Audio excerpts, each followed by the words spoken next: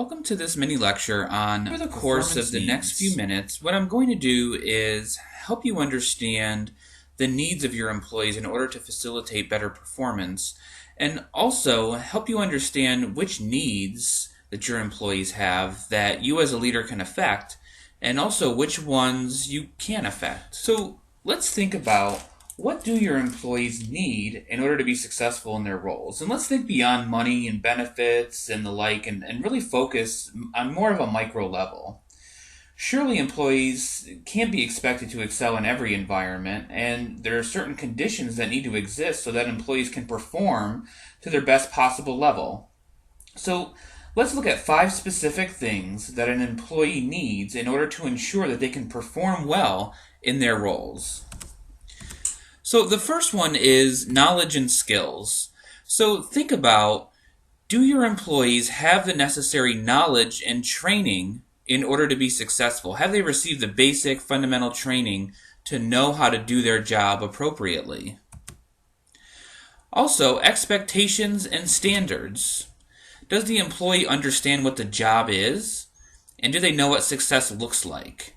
Setting clear expectations and clear standards helps to set the goalposts so that the employee knows if they've been successful or not, and it helps to drive the conversation to coach the person towards success. Conditions. Do adequate resources exist?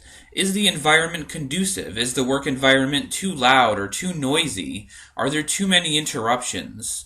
Does the person have to do a lot of unnecessary steps in order to complete their job? Do they have the right resources?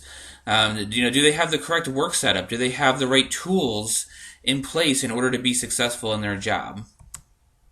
Feedback and coaching is so important. Does the employee receive regular feedback on their performance? So kind of going along with setting expectations and standards, do they know what success looks like? And then also, are you as a manager and as a leader coaching them and providing feedback on their performance? Do they know where they stand in relationship to success? And if they're not meeting those expectations, what consequences exist? What exists to help remediate or get them on the right path, or make sure that we're getting them to where they need to be? So feedback and coaching is absolutely critical in terms of performance needs. And then the last one is capacity. So, is the employee even capable of doing the job?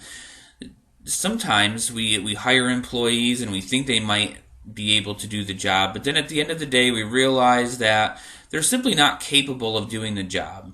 Maybe they don't have the requisite background, or they don't meet the physical requirements of the job. And as a manager, if we think about which ones we can control and which ones we can't, what do you think those are? Of all of these needs, which ones do you think as a manager you can influence? And realistically, a manager can change all of these items with the exception of capacity. If an employee is simply not capable of doing the job, then they may not be in the right role. And with that said, it's important that we don't immediately jump to looking at capability. As a part of coaching, we should ensure that all of our other performance needs, the ones that you can change, are in place. So looking at capacity and capability, that should really be our last resort. And our goal when coaching to improve performance is really to gain the insight into one's perspective and identify which of these conditions is inhibiting their performance. So as a leader, let's be reflective.